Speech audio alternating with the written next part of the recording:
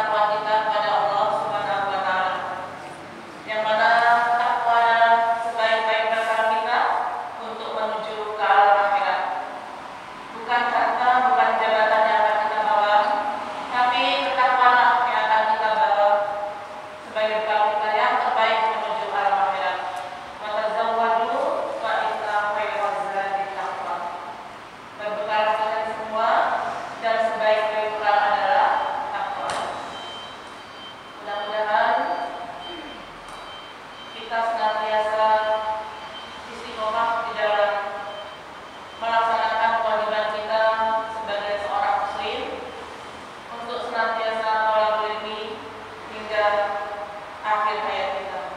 Amin ya rabbal alamin. Salawat dan salam semoga tetap tercurahkan kepada junjungan kita, uswatun hasanah kita, Nabi Muhammad sallallahu alaihi wasallam.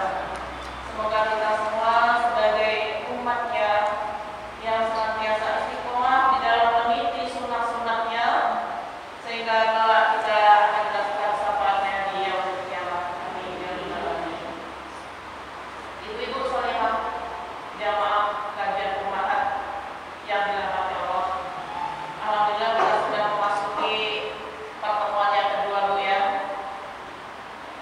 Kita sepakati pertemuan kita ini, kajian kita ini sebulan 2 kali, yaitu pekan pertama dan pekan ketiga. Mengapa kita kemarin barusan mengatakan kok ini pertemuan lagi? Karena kemarin sebagai pembuka. Dan untuk selanjutnya kita pekan ketiga dan pekan pertama.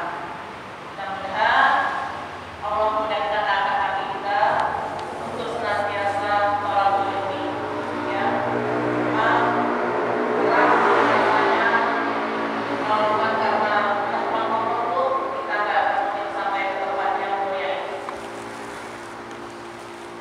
Baiklah ibu-ibu sekalian, kajian kita pada pertemuan kedua ini akan membahas fikih wanita. Apa fikih wanita, Bu ya? Kita tahu bahwasanya wanita di dalam Islam itu mempunyai diangkat derajat yang tinggi oleh Allah, sehingga ada kajian fikih wanita ya Ustaz. Ada nggak Ustaz? Ada. Gitu ya? Nggak ada. Nggak ada. Dan juga di Al-Quran ada surat An-Nisa, surat wanita, dan juga ditemukan surat laki-laki. Iya. Nah, artinya ini menunjukkan bahwa Allah itu mempunyai mengangkat derajat kita sebagai wanita. Maka agar derajat itu sampai kita dapatkan, jangan sampai kita salah, jangan sampai kita tidak tahu hak kita sebagai seorang wanita, apa tupoksi kita sebagai seorang wanita, agar kita benar-benar menjadi wanita yang dirindukan oleh surga. Amin ya rabbal alamin. Marilah kita sama-sama dengarkan kajian yang akan disampaikan oleh Pak Ustaz. Mudah-mudahan akan menambah ilmu sehingga akan menambah sholihah kita semua ya. Amin ya rabbal alamin. Baiklah, sebelum kita mulai kajian kita dengarkan tilawah dulu yang akan disampaikan oleh Ibu Indrian. Pada Ibu Indrian, Ibu silakan.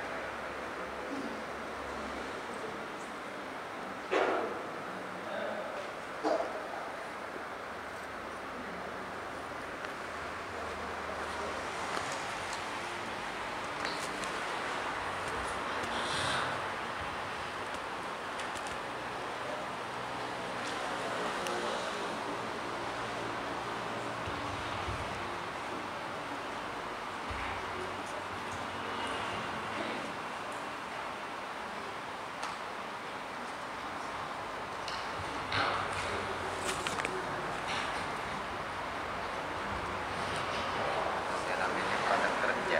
Iya, nggak apa-apa. Iya.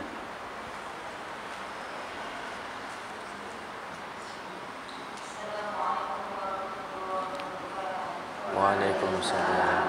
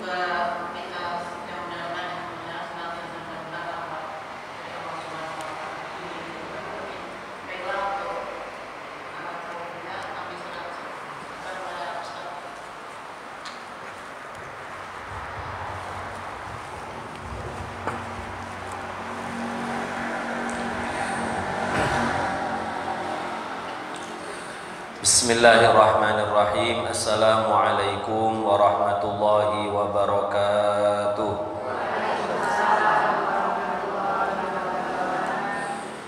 Innal hamdalillah nahmaduhu wa nasta'inuhu wa nastahdihi wa nastaghfiruh wa na'udzu billahi min shururi anfusina wa min sayyiati a'malina.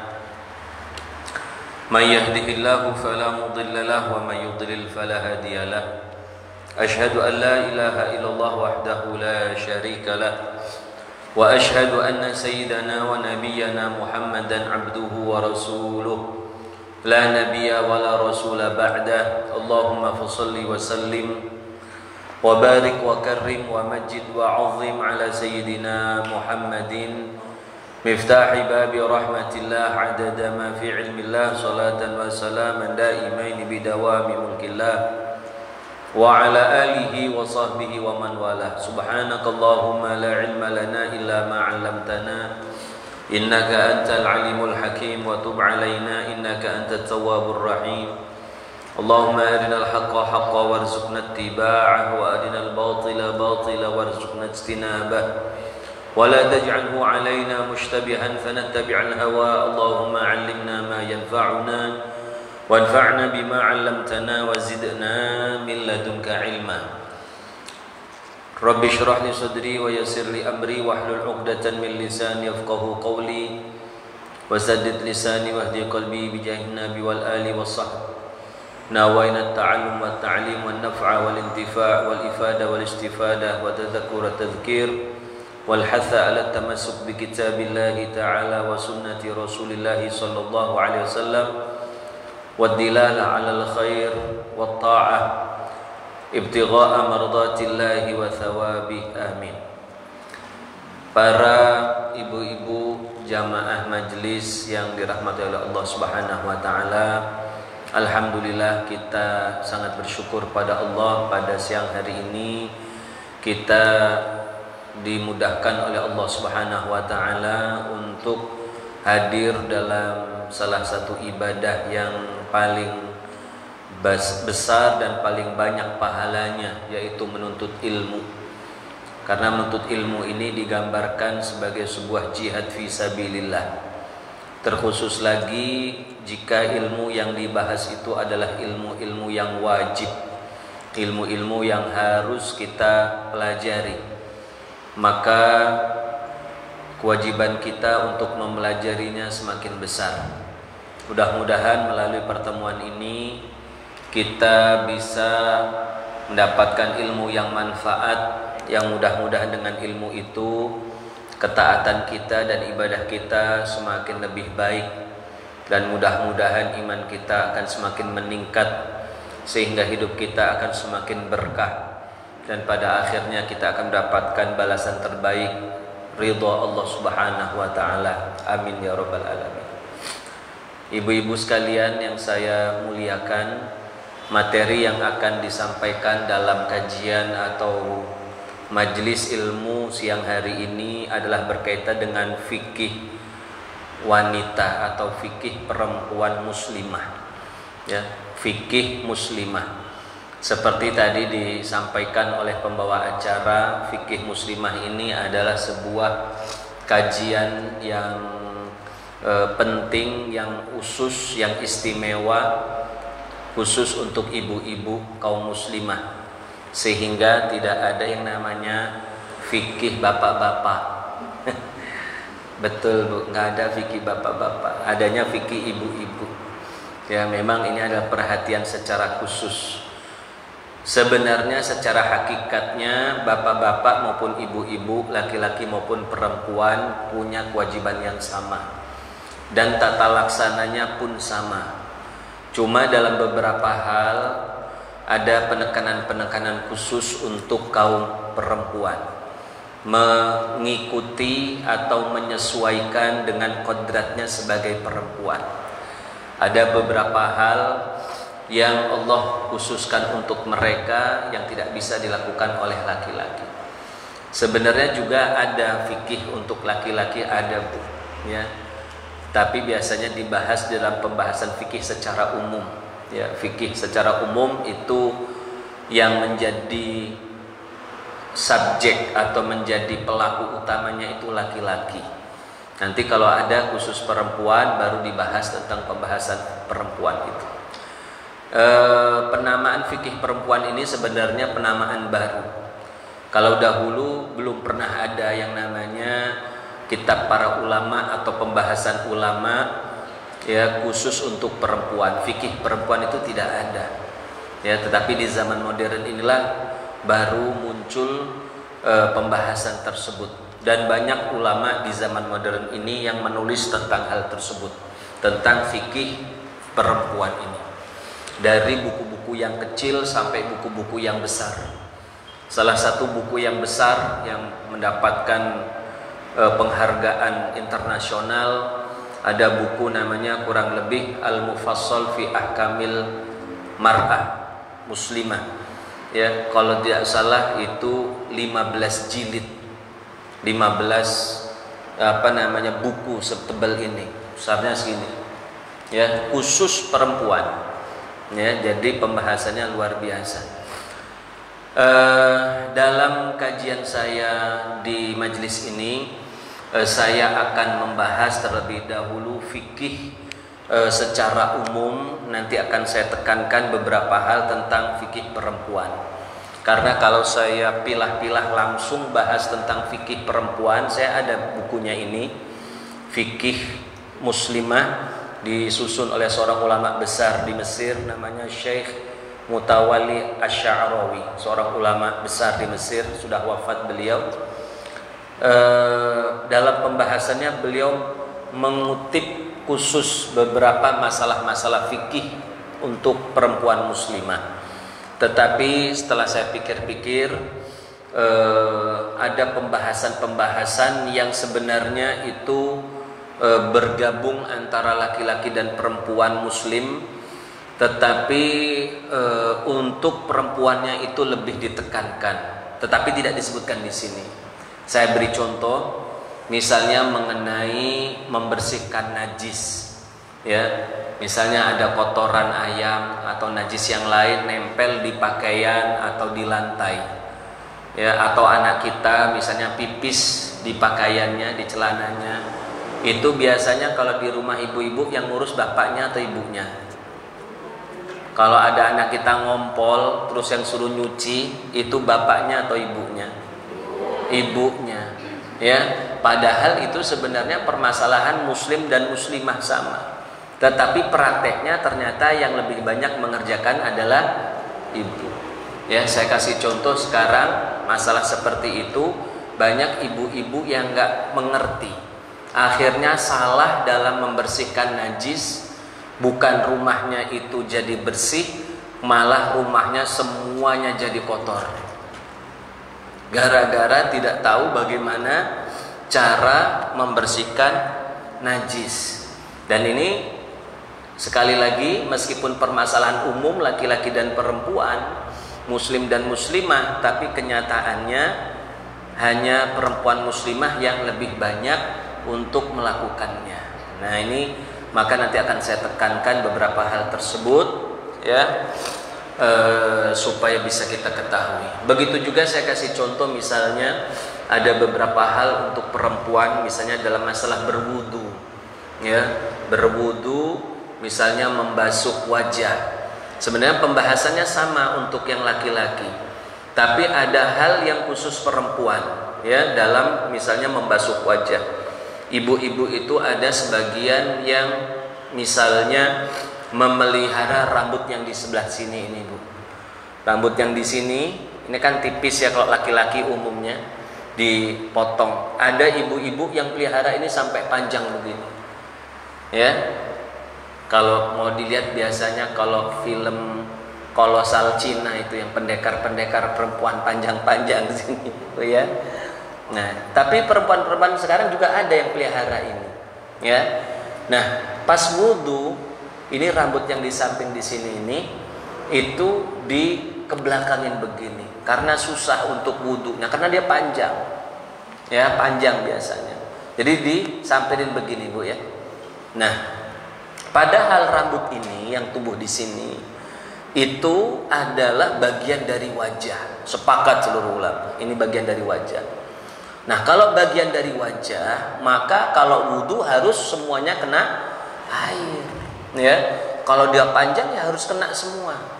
Tapi ada ibu-ibu yang kalau wudu ini ditarik ke belakang begini. Akhirnya dia wudu cuma dibasuh di sininya. Jadi ujung rambutnya itu tadi nggak kena air.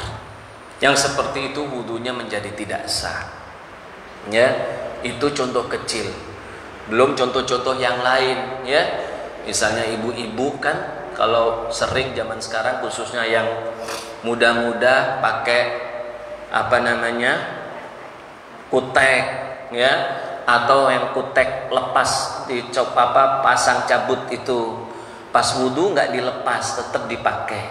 Itu kan nggak sah, ya. Ibu-ibu kalau hari libur begini Sabtu Minggu kondangan, ya. Kalau kondangan nggak cuma berangkat begini, kondangan ke acara nikahan dengan kondangan mau pengajian kan beda. Kalau pengajian seadanya aja nggak apa-apa. Ya kalau mau ke pernikahan, waduh, ya dempulnya keluar semua Bu ya. Macem-macem warna-warni semuanya nempel di wajahnya. Habis itu sampai duhur mau sholat, ya itu kan harus dibersihin dulu. Ya bersihnya kan nggak cukup disiram air, ya pakai cairan khusus, ya kalau cat namanya thinner, kalau cat, itu kan harus beli khusus, dibersihkan udah rapi, baru diwudukan. Itu nggak ada di sini dalam kitab ini nggak ada. Jadi masalah-masalah kecil. Ibu-ibu kalau yang acaraan juga, ya ini apa matanya pakai apa namanya kanopi kata orang. Ya mata ya Bu ya matanya dipasang kanopi. Subhanallah. Ya itu kalau wudu kanopinya belum dibuka ya nggak sah Bu ya. Nah itu. Jadi ini sebenarnya masalah-masalah fikih umum, tapi di situ ada penekanan-penekanan untuk perempuan, ya. Maka oleh karena itu buku sebenarnya sudah saya siapkan ini bukunya Syekh Mutawalli Sya'rawi ini nanti kapan-kapan kita bahas aja. Kalau pas waktunya akan kita bahas. Jadi sini sebenarnya materinya bagus sekali menurut saya. Ini khusus perempuan memang, nggak ada laki-lakinya. Ya contohnya hukum hadir majelis taklim bagi ibu-ibu, hukum baca Quran bagi perempuan haid, ya. Bagaimana suami ketika istrinya sedang haid, ya. Kemudian bagaimana kalau bajunya kena darah haid, ya. Macam-macam khusus nih perempuan semua di sini pembahasannya. Bahkan sampai masalah-masalah modern, misalnya perempuan-perempuan yang biasa kita sebut dengan wanita karir, ya. Dia kerja di perusahaan-perusahaan itu gimana kira-kira hak-hak dia dan kewajiban-kewajiban dia di rumah itu seperti apa. Jadi buku ini sebenarnya cukup bagus sekali, ya. Tapi karena ini masih kajian awal, jadi saya akan bahas secara umum dulu. Nanti kalau kita sudah bahas fikih secara umum, ya baru nanti kita akan bahas fikih perempuan secara khusus, ya. Sebelum saya lanjutkan, ini materi namanya fikih, ya. Ini fikih muslimah, fikih kaum perempuan. Apa sih fikih itu? Ilmu fikih itu ilmu apa? Dalam Islam itu terdapat banyak sekali cabang-cabang keilmuan. Ada yang namanya ilmu fikih, Ada yang namanya ilmu akidah atau ilmu tauhid, ada namanya ilmu akhlak atau ilmu tasawuf, ya. Ada ilmu tafsir, ada ilmu hadis dan lain sebagainya, sangat banyak. Nah, terus ilmu fikih itu apa? Ini saya jelaskan tentang makna ilmu fikih supaya kita tahu betapa ilmu ini sangat penting sekali. Ya, dan ilmu fikih itu adalah ilmu yang setiap hari bahkan setiap saat itu kita terapkan dalam kehidupan kita. Kalau ilmu tafsir, ya walau kajian aja, kita baca Quran, mungkin belajar tafsir, kita belajar. Selain itu enggak. Ilmu akidah, kita selama akidah kita baik, tidak ada pelanggaran-pelanggaran khusus, cukup sudah. Tapi kalau fikih setiap saat kita praktekkan dan kita harus mengetahui hukumnya itu. Jadi ilmu fikih ini apa? Ilmu fikih secara sederhana definisi atau pengertiannya adalah ilmu yang membahas hukum-hukum perbuatan manusia. Ilmu yang membahas hukum perbuatan manusia.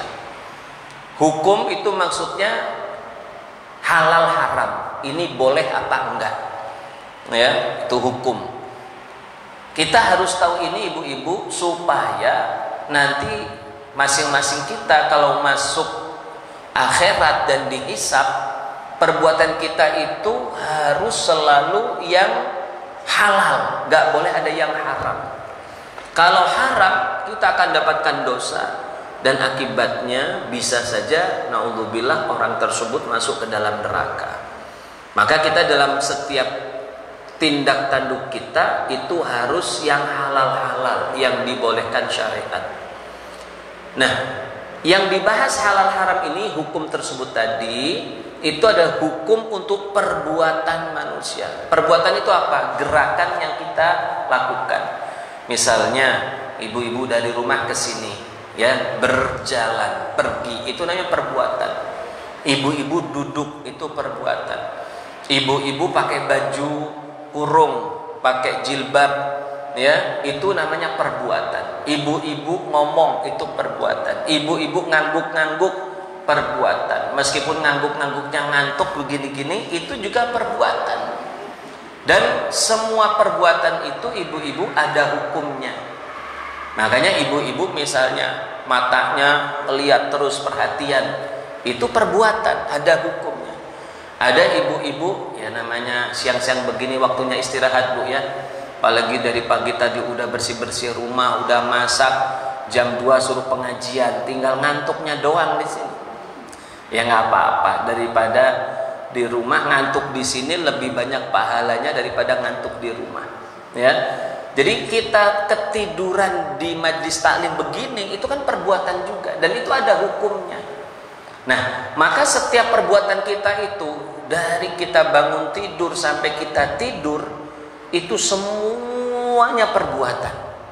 Dan perbuatan itu harus kita usahakan selalu yang dibolehkan atau dihalalkan syariat, tidak boleh yang diharamkan. Kalau sampai terjadi perbuatan kita itu haram, artinya kita dapat dosa. Tapi kalau kita lakukan itu adalah yang boleh, kita dapat pahala dari Allah Subhanahu wa Ta'ala. Maka kita harus tahu, misalnya tadi, apa hukum ngantuk kalau di majlis taklim. Nah, kan ada kan? Halal atau haram? Kalau halal tidur semua nanti kita. Kalau haram, nanti nggak ada yang datang juga. Ya, nah begitu nanti. Maka kita penting harus kita belajar. Jadi semua yang kita lakukan itu kita mesti tahu ini boleh apa enggak.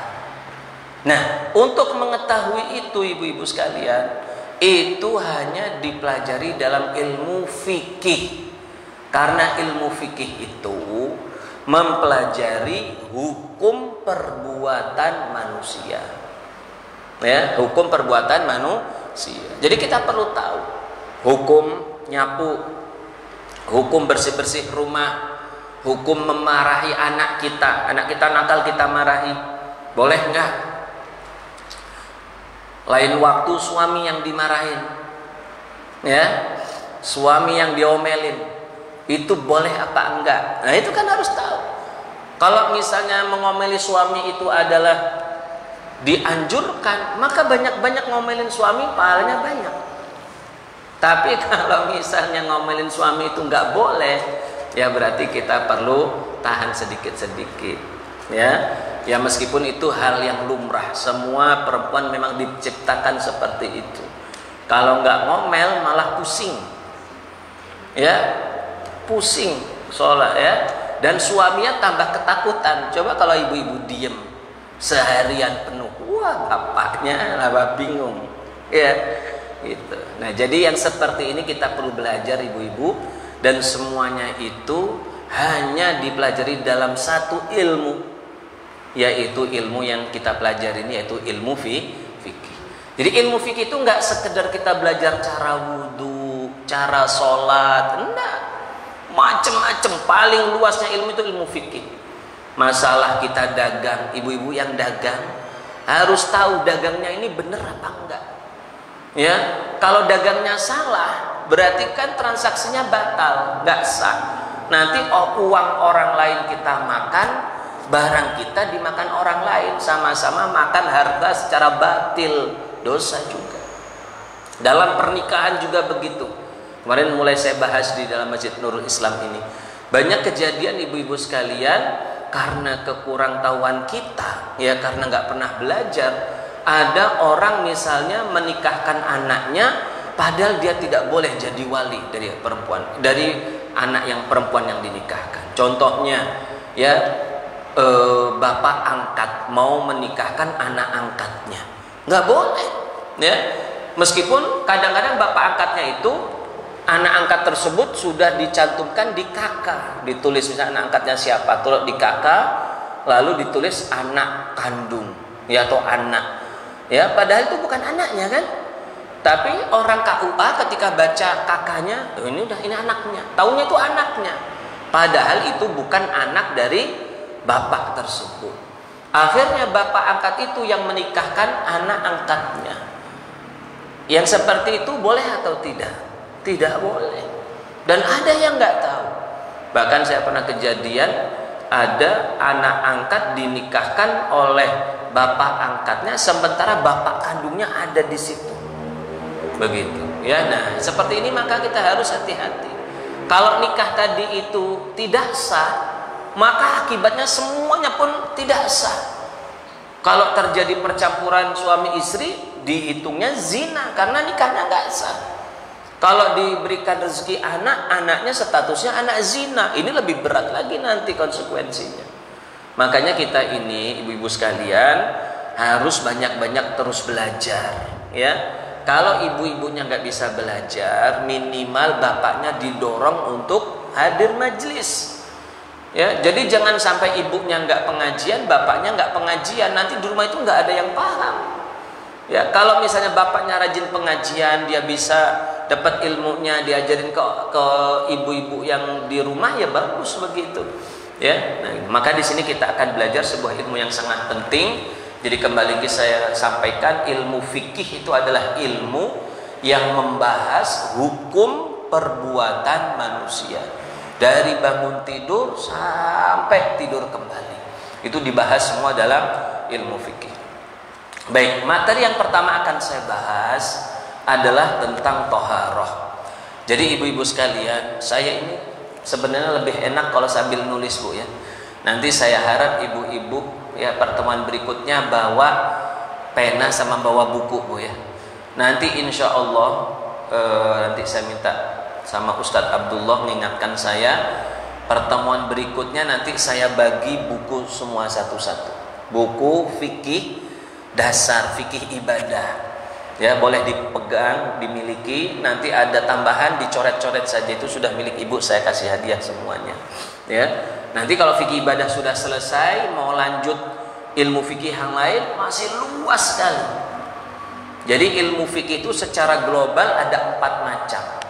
Yang pertama fikih ibadah. Fikih ibadah ini isinya wudu, mandi, sholat, zakat, puasa, haji.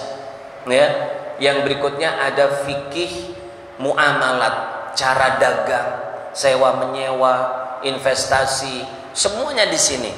Ya, misalnya ibu-ibu ada yang dagang sayur, dagang emas, dagang apa, ada yang investasi emas, itu dibahas di sini. Ada yang boleh, ada yang enggak.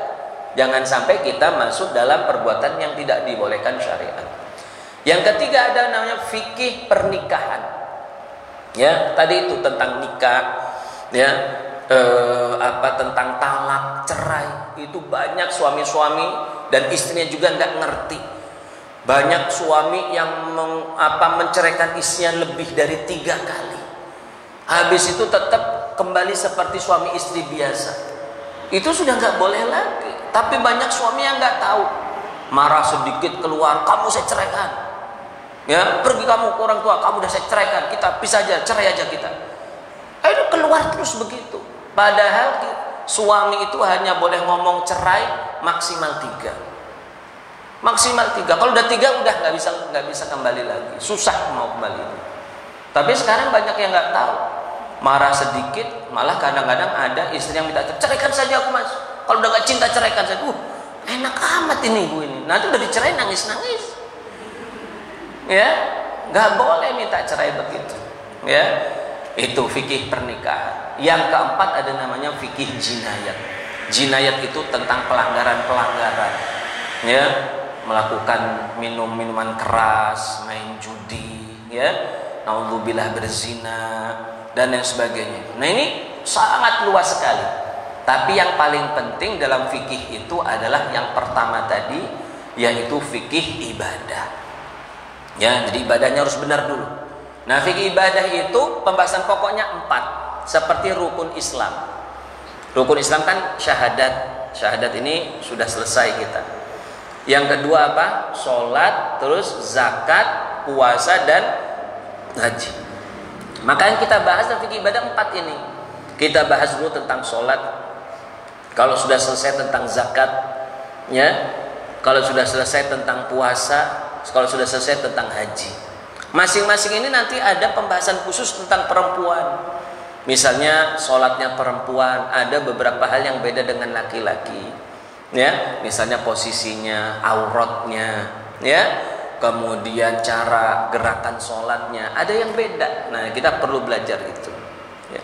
Nah, sebelum kita belajar fikih sholat, maka kita harus belajar dulu yang namanya fikih toharoh atau bersuci. Karena toharoh ini akan dibahas ya bagaimana kita membersihkan diri, menyucikan diri supaya sholatnya sah. Ya, kalau kita mau sholatnya sah kan harus wudhu. Ya, maka kita harus belajar wudhu. Nah sekarang ini banyak orang yang wudhu saja nggak benar. Dan saya contohkan tadi, ibu-ibu yang pelihara ini panjang disampirin dulu ke belakang, lalu baru dia wudhu. Ya, sementara sisanya nggak kena air, nggak sah wudhunya. Ya, atau ibu-ibu tadi ya yang masih punya macam-macam make upnya itu nggak sah juga. Ya, maka kita harus belajar dari awal supaya kita bisa ngerti. Yang penting ibu-ibu sekalian, belajar fikih ini kita ada ilmu yang kita dapatkan. Nanti kalau sudah ada dipraktekkan bu ya. Jangan cuma belajar saja tapi nggak praktek. Sudah belajar wudhu tapi nggak dipraktekkan, maka ilmunya akan hilang begitu saja. Ya, nggak banyak manfaatnya. Baik ibu-ibu sekalian, ada yang pernah ngomong sama saya, Ustadz saya ini sudah pensiun, sudah tua, apa saya ini masih pantas belajar? Ya pantas dong. Ya, sampai meninggal kita itu belajar. Mungkin masa lalu kita ada yang kurang, sekarang waktunya kita sempurnakan. Ya, mau kita perbaiki. Ya, mudah-mudahan seperti itu kita akan dicatat sebagai orang yang husnul khatimah. Baik, ini kayaknya pendek sekali ini ya, nggak cukup ke sini. Baik, saya ngomong saja lah. Mudah-mudahan ibu bisa senang kalau saya tulis. Nanti kapan-kapan kalau ada yang bisa ditulis ini. Cukup apa enggak? Ini enggak cukup. Baik, saya akan menjelaskan ini sebagai mukaddimah dulu bu ya. Dan ini penting sekali. Ya, ini penting sekali. Yaitu materi pertama kita adalah tentang toharoh atau bersuci. Ya, tentang toharoh atau bersuci. Bersuci ini dibahas karena sebagai pembukaan dari pembahasan sholat. Sebelum kita sholat harus bersuci dulu. Kalau kita sholat belum bersuci, apa hukumnya, Bu? Sah nggak sholat kita? Misalnya habis sholat duhur, tahu-tahu habis selesai duhur, sudah selesai zikir, sudah selesai ba'diyah, ternyata ibu-ibunya baru ingat, astagfirullah, tadi belum wudhu. Belum wudhu ternyata sholatnya, padahal udah ibadahnya udah. Kira-kira sholatnya sah atau tidak? Kalau tidak sah terus harus diulang atau cukup ya sudah nggak apa-apalah, Allah juga tahu kalau saya tadi lupa, Allah kan Maha Pengampun. Apa begitu? Nggak boleh. Ya, jadi kalau misalnya dia sudah sholat ternyata lupa wudhu, ya harus wudhu dan harus sholat lagi karena sholatnya tadi tidak sah. Ya, habis sholat ternyata bajunya atau mukenanya ada najisnya. Ya, ada najisnya. Maka bagaimana? Ya harus diulang. Seperti itu. Maka kita harus belajar dulu bagaimana bersuci yang baik, wudu dan membersihkan najis. Nah, toharoh ini bab pertama ya, toharoh adalah pembahasan tentang dua hal. Jadi pembahasan utama dalam toharoh ada dua. Satu, mensucikan dari hadas. Yang kedua, mensucikan dari najis. Jadi ada yang namanya hadas, ada yang namanya najis. Kalau ada orang sholat masih ada hadas atau masih ada najis, sholatnya nggak sah. Jadi harus dibersihkan. Hadas ini apa? Mudahnya ibu-ibu, hadas itu adalah sesuatu yang keadaan yang menghalangi kita dari sholat. Kalau kita punya keadaan itu, sholat kita nggak sah. Bahasa gampangannya belum wudhu, kira-kira hadas itu begitu. Hadas itu ya kira-kira adalah orang yang belum berwudu kalau dia punya hadas kecil, atau belum mandi wajib kalau dia punya hadas besar. Jadi toharoh itu pembahasannya dua, satu hadas, satu najis. Ya. Nah, dalam melaksanakan dua hal itu, membersihkan hadas dan najis, maka ada 4 perbuatan yang dilakukan. Dalam toharoh ada 4 perbuatan pokok yang dilakukan. Yang pertama adalah wudu. Yang pertama apa, Bu? Wudu. Wudu ini untuk menghilangkan hadas kecil. Ya.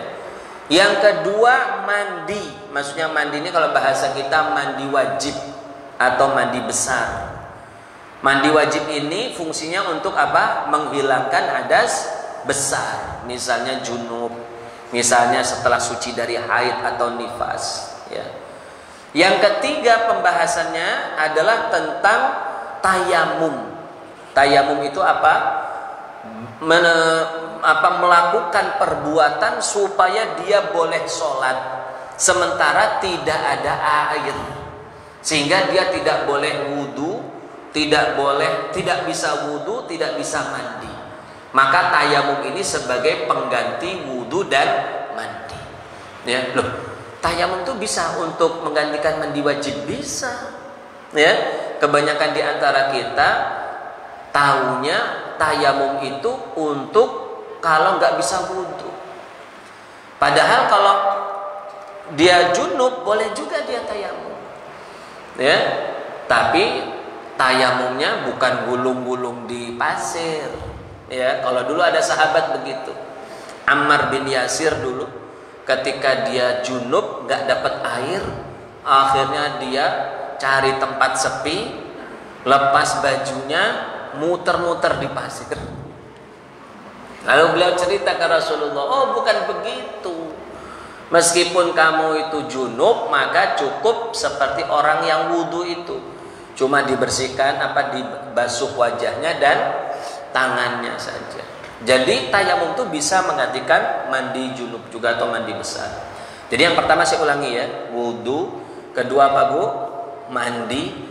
Yang ketiga tayamum. Yang keempat adalah membersihkan najis. Membersihkan najis. Ya, nanti akan kita bahas. Najis itu ada 3 tingkatan. Ada najis berat, najis ringan, dan ada najis sedang. Najis berat itu ada yang tahu najis apa? Anjing dan babi. Namanya apa, Bu? Mughalladhah. Ya, ini kenapa disebut najis berat? Karena nyucinya harus 7 kali. Makanya disebut berat. Ada yang kedua najis ringan. Najis ringan ini cuma 1. Yaitu air kencing, hanya kencing, bukan kotoran padat. Kencing bayi laki-laki, bukan bayi perempuan. Hanya bayi laki-laki yang belum makan apapun kecuali susu ibu, ASI. Kalau dia sudah dikasih susu formula nggak masuk. Apalagi sudah dikasih kue, roti, nggak masuk lagi. Ya, jadi syaratnya air kencing, bayi laki-laki belum makan apa-apa kecuali susu ibunya. Maka kalau najis itu kena pakaian kita begini misalnya, itu nggak perlu disiram air. Kalau disiram air itu najis biasa. Dia cukup ambil air, diciprat-ciprat saja. Ya, diciprat saja, yang penting rata ke semua bagian yang kena najis tadi sudah cukup. Jadi nggak harus disiram air.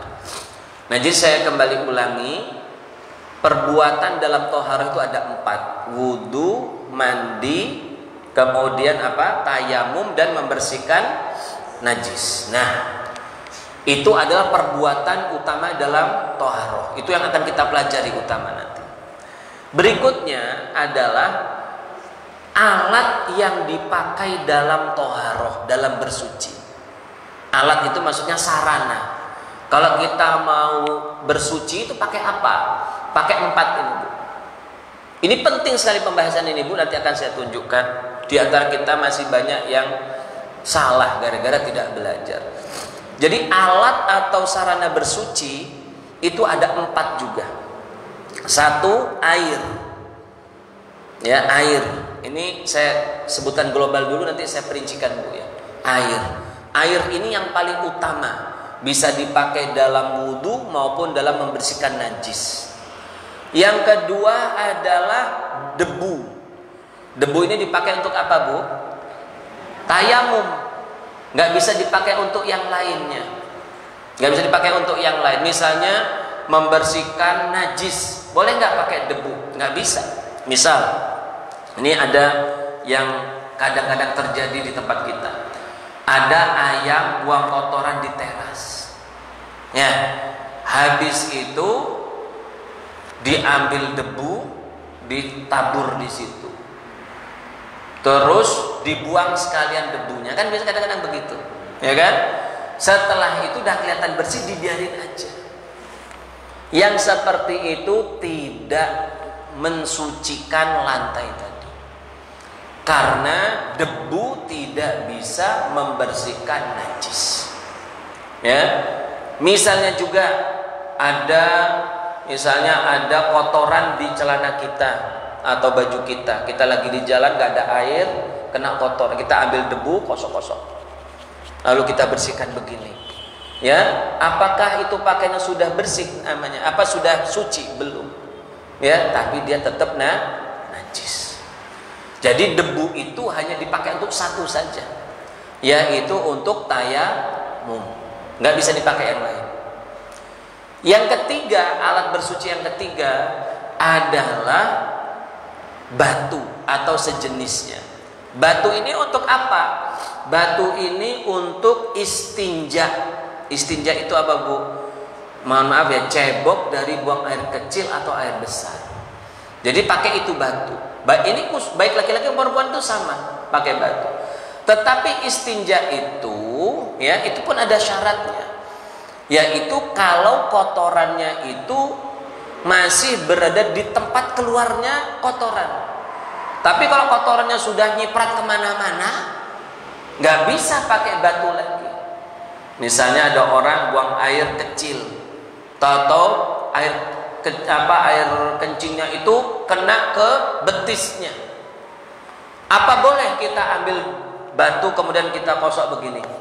Nggak boleh. Lo katanya kan untuk cebok-cebok itu khusus untuk kalau najisnya berada di tempat keluarnya itu.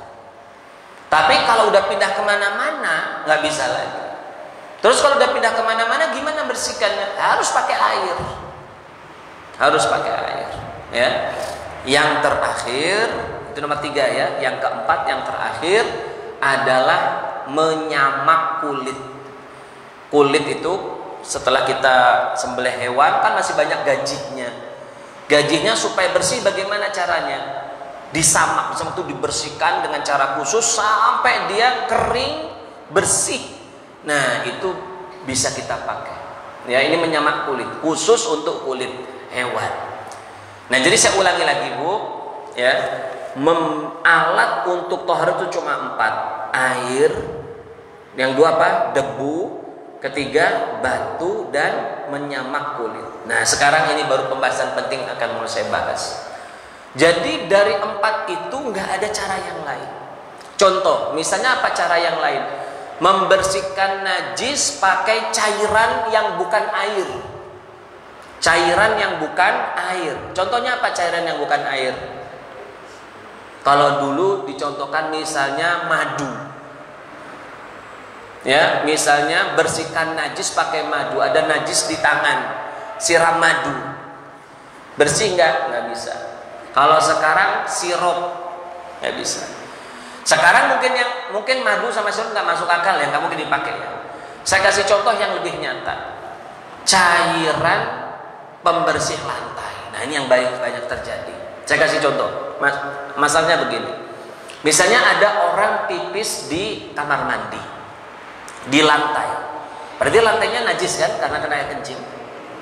Lalu lantai tersebut kita siram pakai cairan pembersih lantai. Pakai apa misalnya? Klorok atau apa gitu yang dibersihkan. Kan wangi jadinya.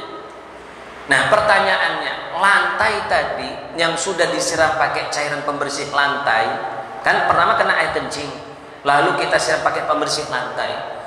Itu lantainya sudah suci atau belum? Kenapa belum? Karena belum pakai air.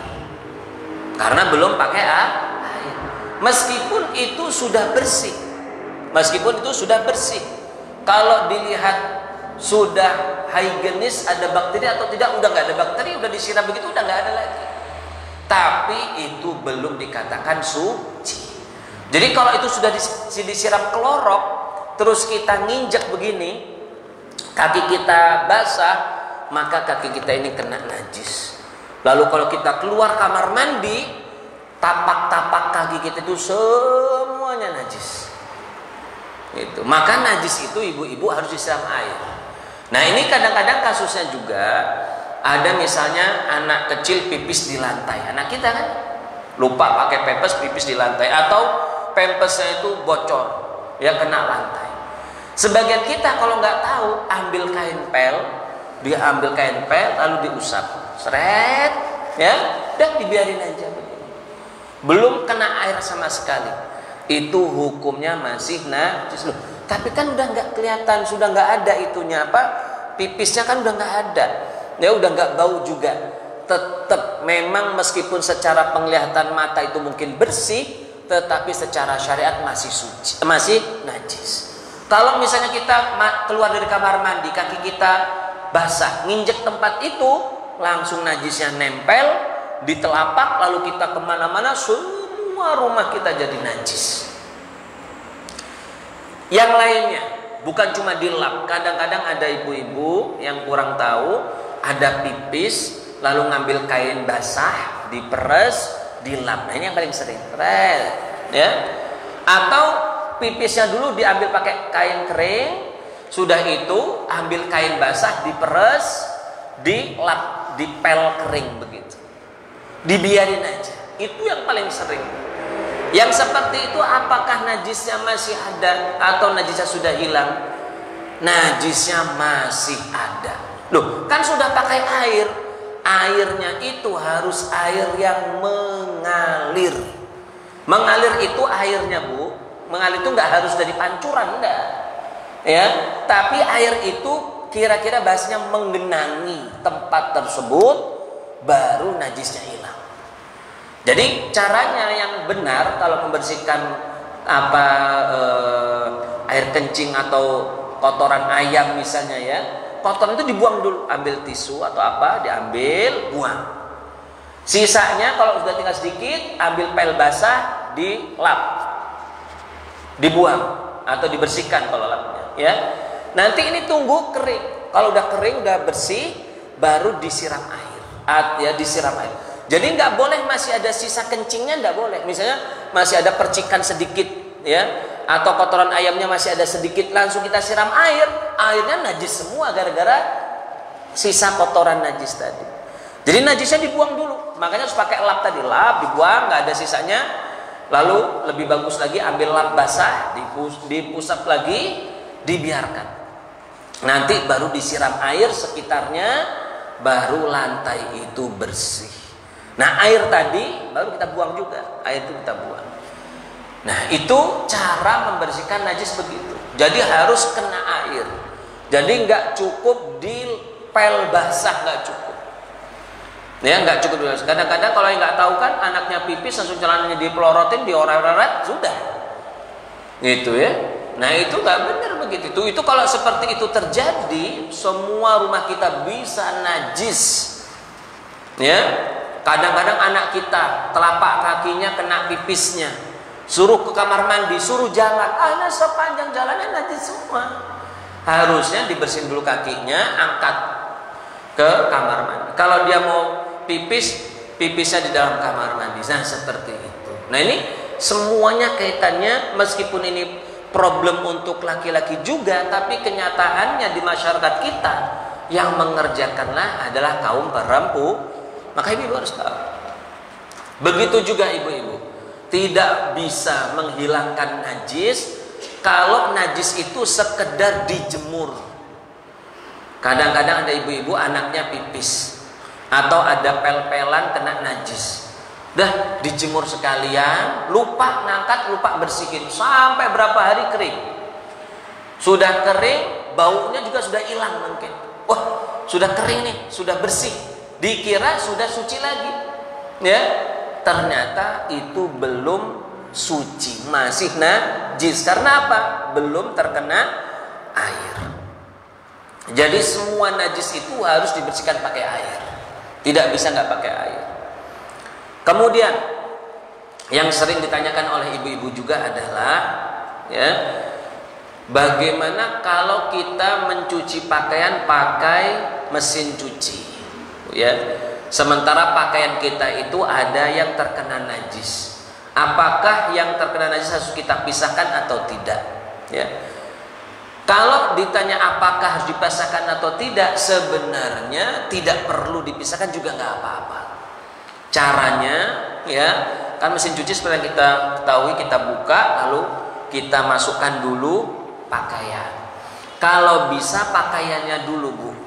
Jangan airnya dulu. Ada sebagian ibu-ibu kita ya menuhin dulu air, kasih deterjen, diudek dulu, baru dimasukin bajunya.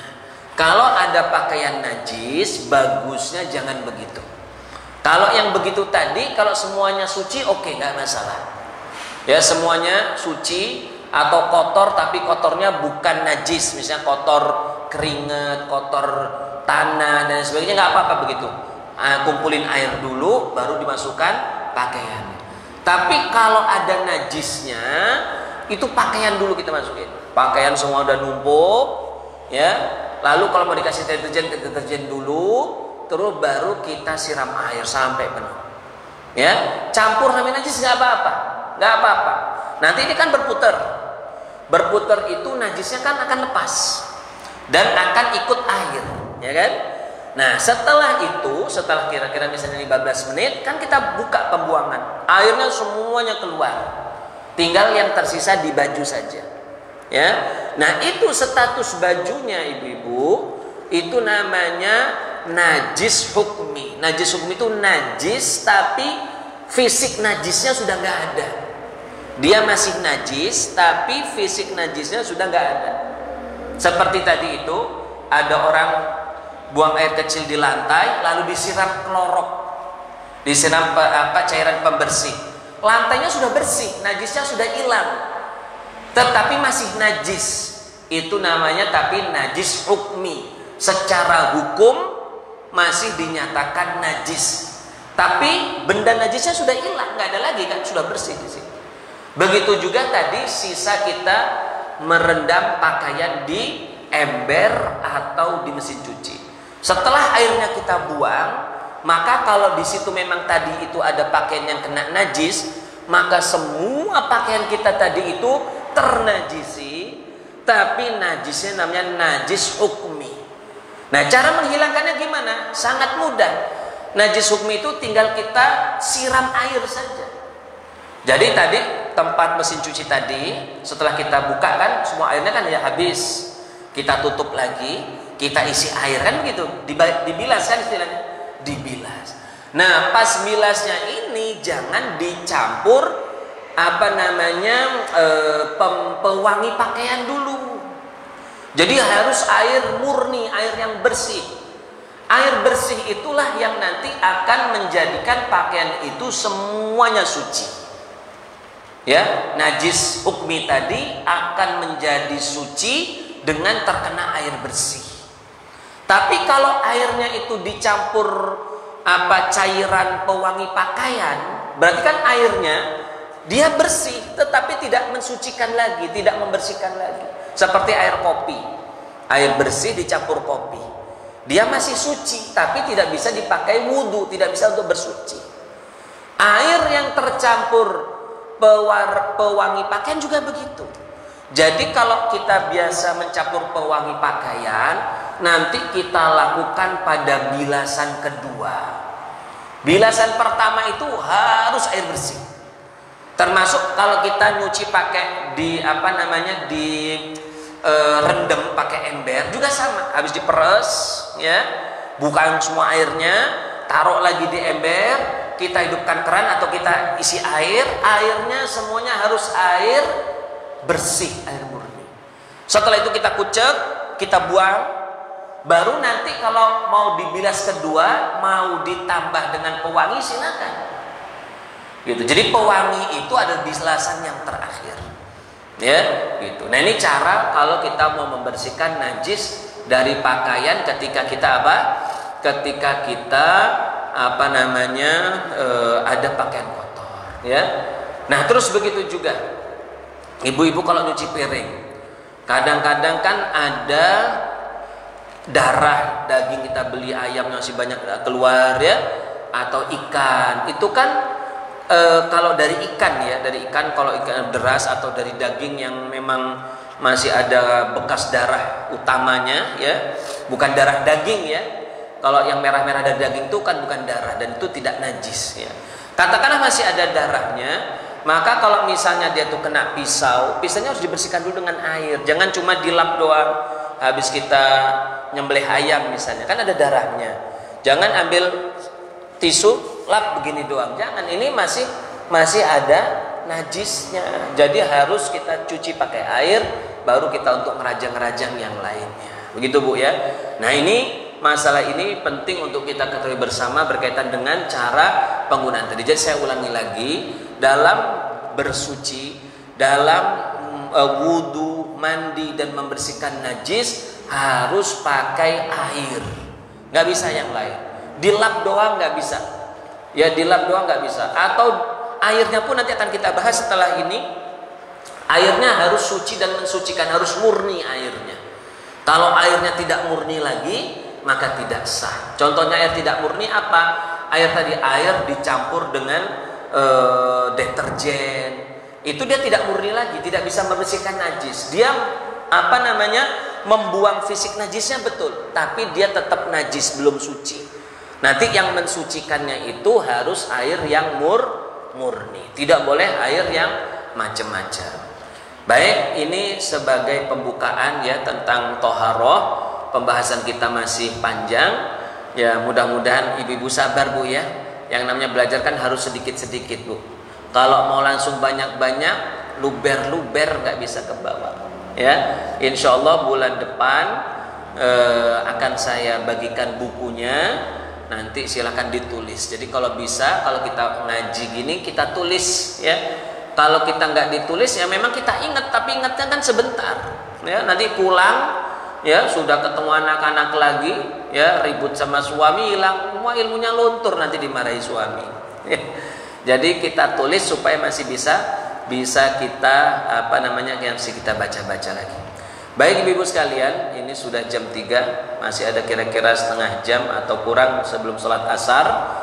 Kita buka sesi tanya jawab. Kalau ada yang ingin ditanyakan, kami persilakan.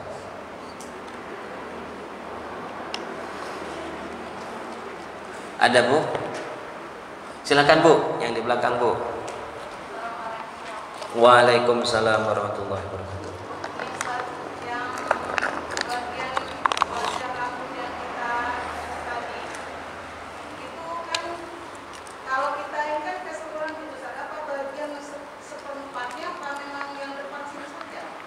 Ketika kita wudhu Bu ya, iya.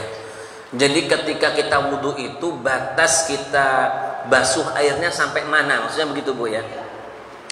Jadi Allah Subhanahu Wa Taala berfirman, "Idza qumtum ila sholati", kalau kalian mau sholat, faghsilu, cucilah atau basuhlah, wujuhakum, wajah kalian.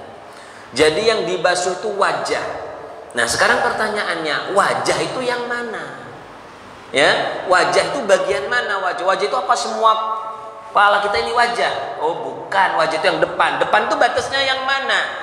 Nah itu kita menanyakannya ke orang Arab, karena kalimat wujuhakum itu pakai bahasa Arab. Yang tahu batasnya wajah dalam bahasa Arab ya orang Arab, kan begitu. Kita tanya sama orang Arab, ya kita nggak usah pergi ke Arab, kan sudah dijelaskan dalam kitab. Kata orang Arab, yang namanya wajah itu adalah batasnya antara tempat biasa tumbuh rambut ini. Ini kan tempat tumbuh rambut di sini. Ada kalimat biasa tumbuh rambut. Jadi ada rambut itu tumbuhnya tidak biasa, bukan pada tempat yang biasa. Ada yang tumbuhnya itu Bu dari belakang sini. Profesor Bu botak, orang botak itu tumbuhnya kan dari belakang, ya. Tapi kan nggak biasa itu. Yang biasa kan dari depan sini. Atau ada kalau orang Arab yang hormon, nggak tahu hormon apanya banyak, jadi bulunya banyak. Jadi sampai keningnya ini ketutupan rambut. Nah itu juga nggak biasa. Nah jadi yang ke tempat kita mencuci wajah itu dari tempat biasa ini. Semua kita semuanya sama di sini, ya, di ubun-ubun ini di atas.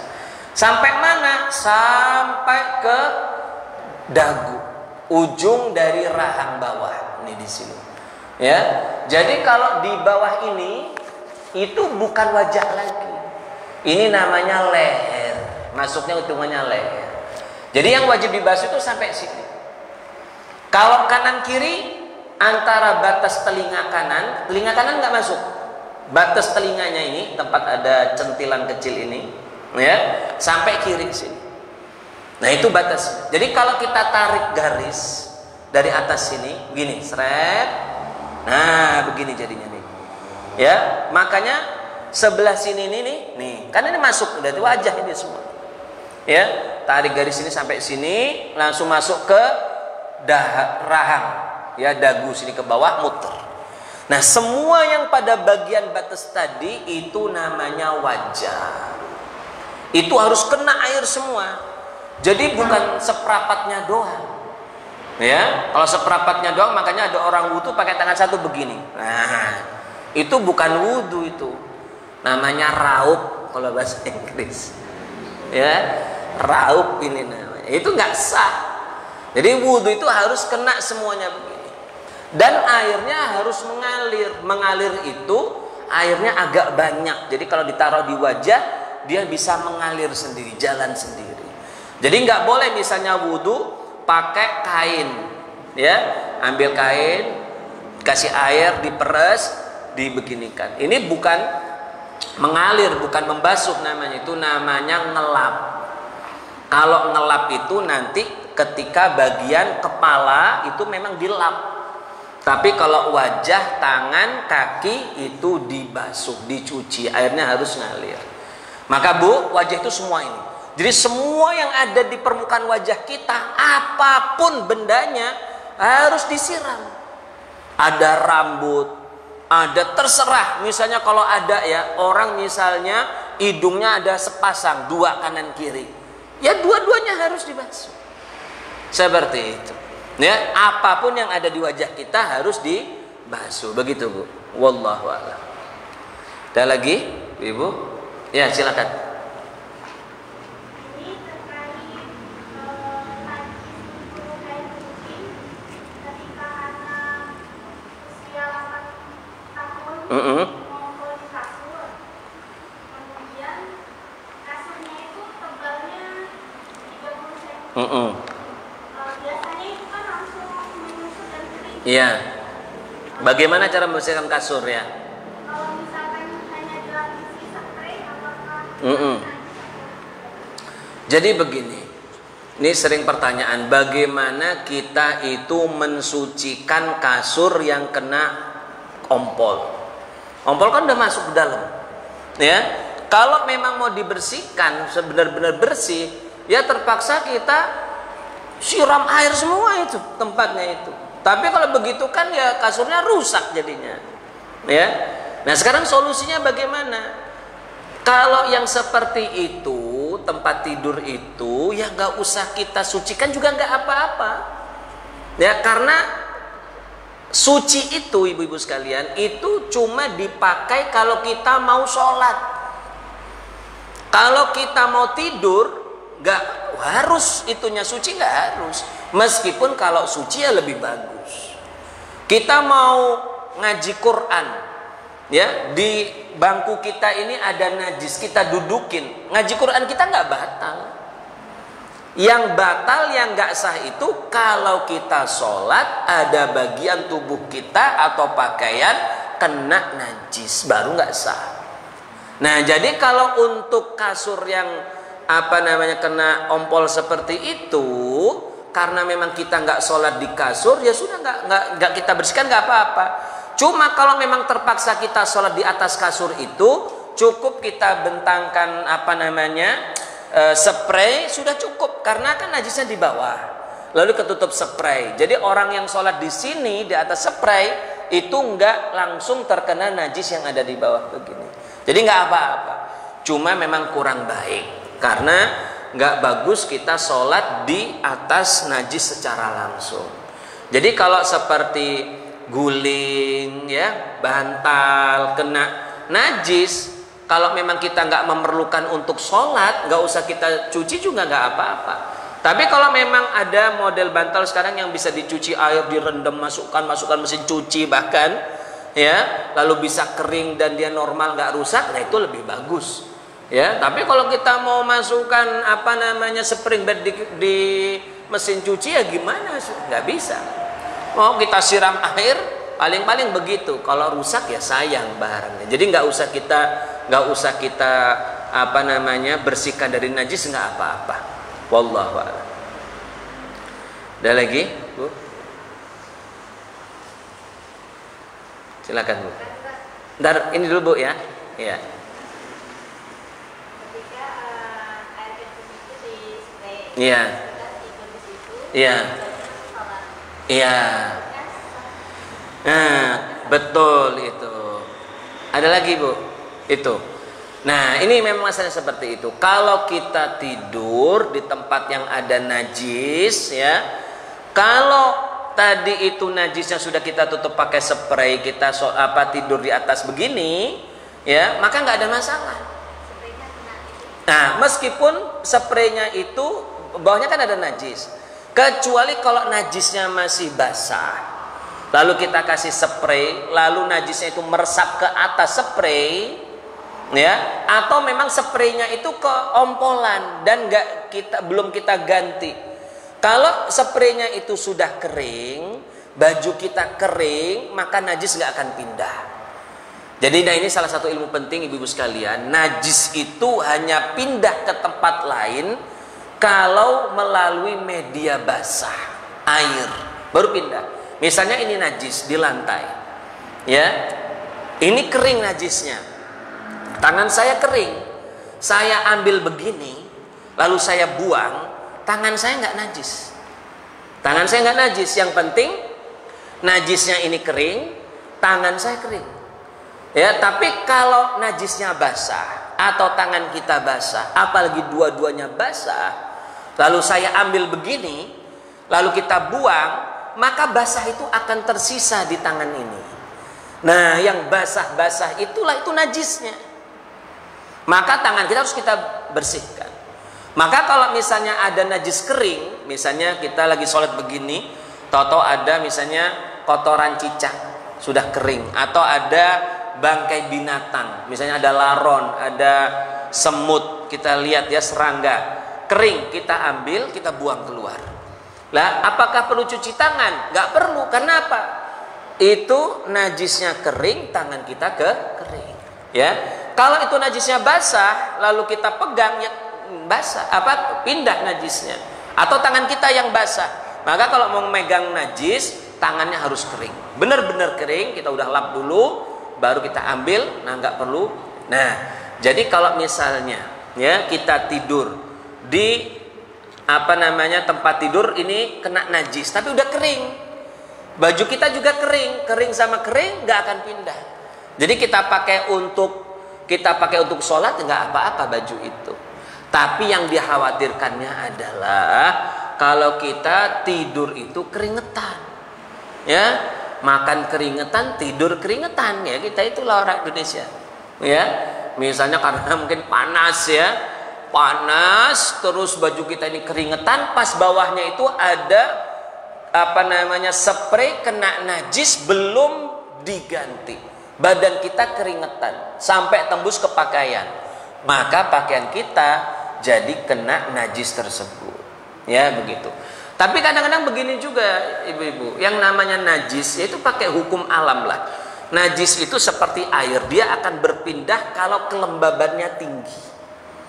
Tapi kalau misalnya kelembabannya sudah rendah, kelembaban rendah itu bahasa kita itu pakaian yang udah diperes pakai mesin cuci itu, kadang-kadang airnya kan udah nggak ada, tapi masih agak basah-basah, ya, masih agak lembab. Nah, lembab itu sebenarnya kalau lembabnya rendah, kita meskipun ada tangan kita ada najis, pegang begini nggak pindah dia, karena najis itu pindahnya dengan air atau kelembaban yang tinggi. Ya, jadi kalau kelembabannya rendah maka nggak pindah najis. Wallahu a'lam. Silakan Bu. Iya.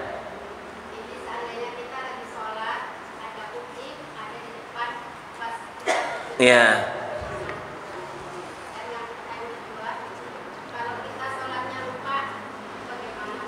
Lupa apanya?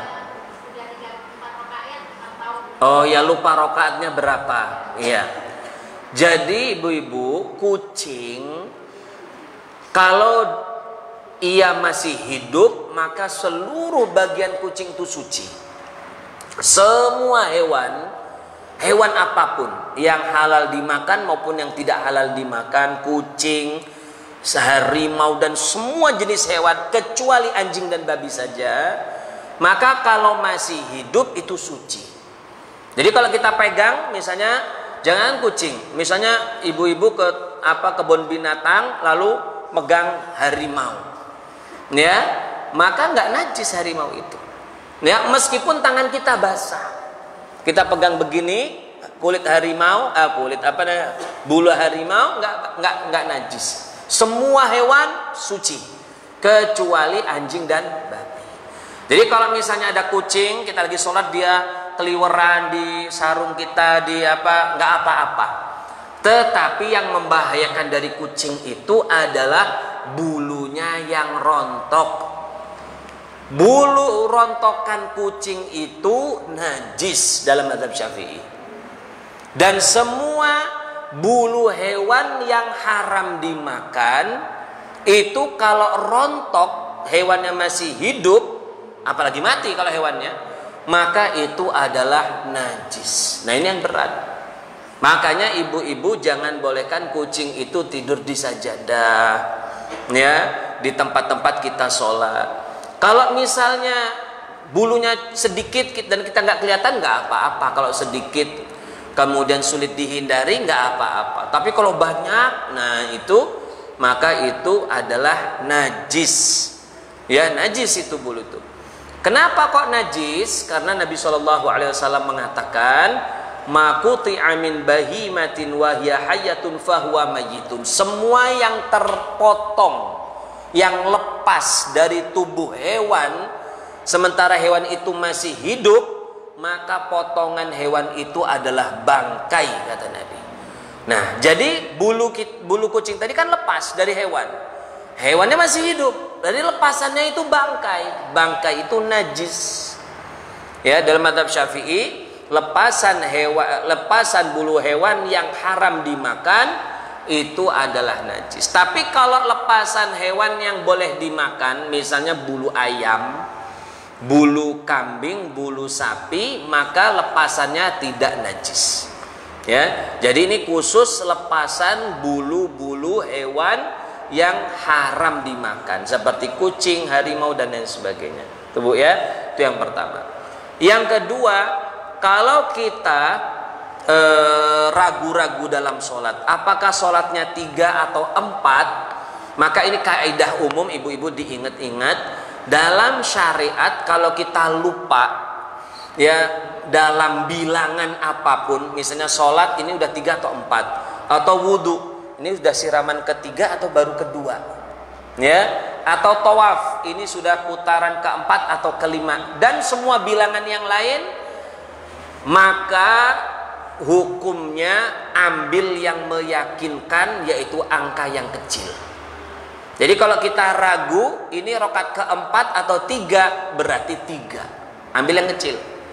Kalau kita lagi wudhu, ini basuhan 1 atau 2, berarti 1. Kalau lagi tawaf 4 atau 5, berarti 4, ambil yang kecil, karena itu yang meyakinkan. Itu kalau kaitannya dengan hukum syariat, dengan kepada Allah. Tapi kalau kepada sesama manusia, itu diambil yang besar. Misalnya ibu makan gorengan, lupa 4 atau 5, nah, kata Ustadz ambil yang kecil, berarti ngantuk tadi waktu makan. Kalau untuk sesama manusia ambil yang besar. Makan gorengan lupa, mang berapa tadi ya? 4 atau 5? 4. Oh, nggak bener itu.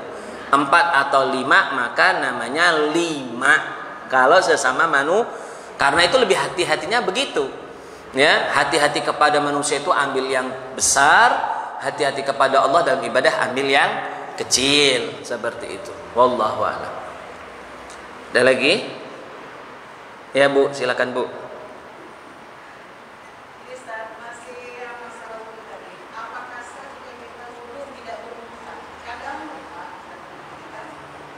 Tidak berurutan itu maksudnya seperti apa Bu?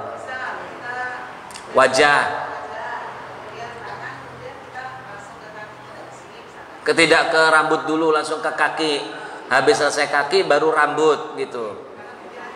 Nah, pikirannya kemana? Iya. Jadi Bu, ya bisa aja kejadian, apa namanya, pikirannya lagi kemana-mana ya. Kalau kita wudhu atau kita ibadah yang punya gerakan-gerakan yang secara kontinu, itu maka harus dilakukan secara berurutan. Harus. Kalau kebalik-balik nggak sah. Jadi kalau tadi itu, tapi kan saya lupa, ya lupa berarti diulang lagi. Ya, diulang lagi. Jadi nggak boleh dari tangan ke kaki balik lagi. Ya, nggak boleh. Jadi harus berurutan. Ya, jadi tangan. Tapi kalau lupa, tangan kiri dulu baru kanan, nggak apa-apa. Ya, karena masih sama-sama tangan. Ya, cuma yang satu kanan, yang satu kiri. Tapi bagusnya apa? Kanan dulu baru kiri. Tapi kalau udah kiri duluan, ya udah, habis itu kanan langsung rambut. Ya, setelah itu baru kaki. Gitu Bu ya. Wallahu a'lam. Ada lagi? Cukup Bu? Alhamdulillah. Kalau tidak ada pertanyaan, demikianlah kajian kita. Insya Allah kita lanjutkan pada pertemuan yang akan datang. Mudah-mudahan apa yang telah disampaikan bermanfaat bagi kita semua dan bisa kita amalkan. Pesan saya sekali lagi ibu-ibu, ilmu itu baru kelihatan barokahnya, hasilnya dan manfaatnya kalau diamalkan. Kalau hanya sekedar sebagai pengetahuan, maka seperti kita nanam pohon mangga 20 tahun nggak berbuah-buah, mendingan ditebang aja pohonnya. Ya, kita cari itu pohon mangga kalau perlu baru seminggu sudah panen kalau bisa. Ya, itu yang mantap, itu yang begitu. Nah, jadi ilmu kita ini mari kita amalkan, kita ajarkan, tularkan yang lain supaya kita menjadi bagian dari pahala orang-orang yang mengajarkan kebaikan. Ini saja yang bisa saya sampaikan. Mudah-mudahan ada manfaatnya. Mohon maaf atas segala kekurangan. Aku qouli hadza wa astaghfirullah li wa lakum. Wassalamualaikum warahmatullahi wabarakatuh.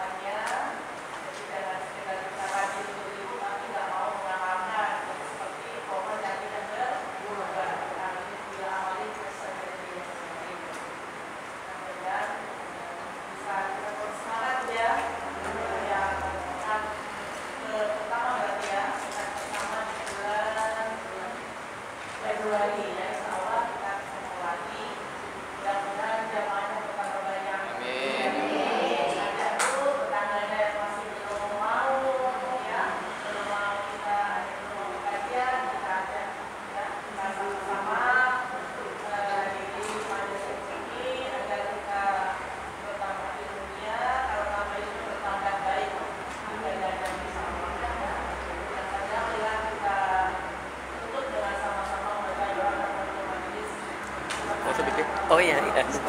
Yang berikutnya. Iya, iya, iya.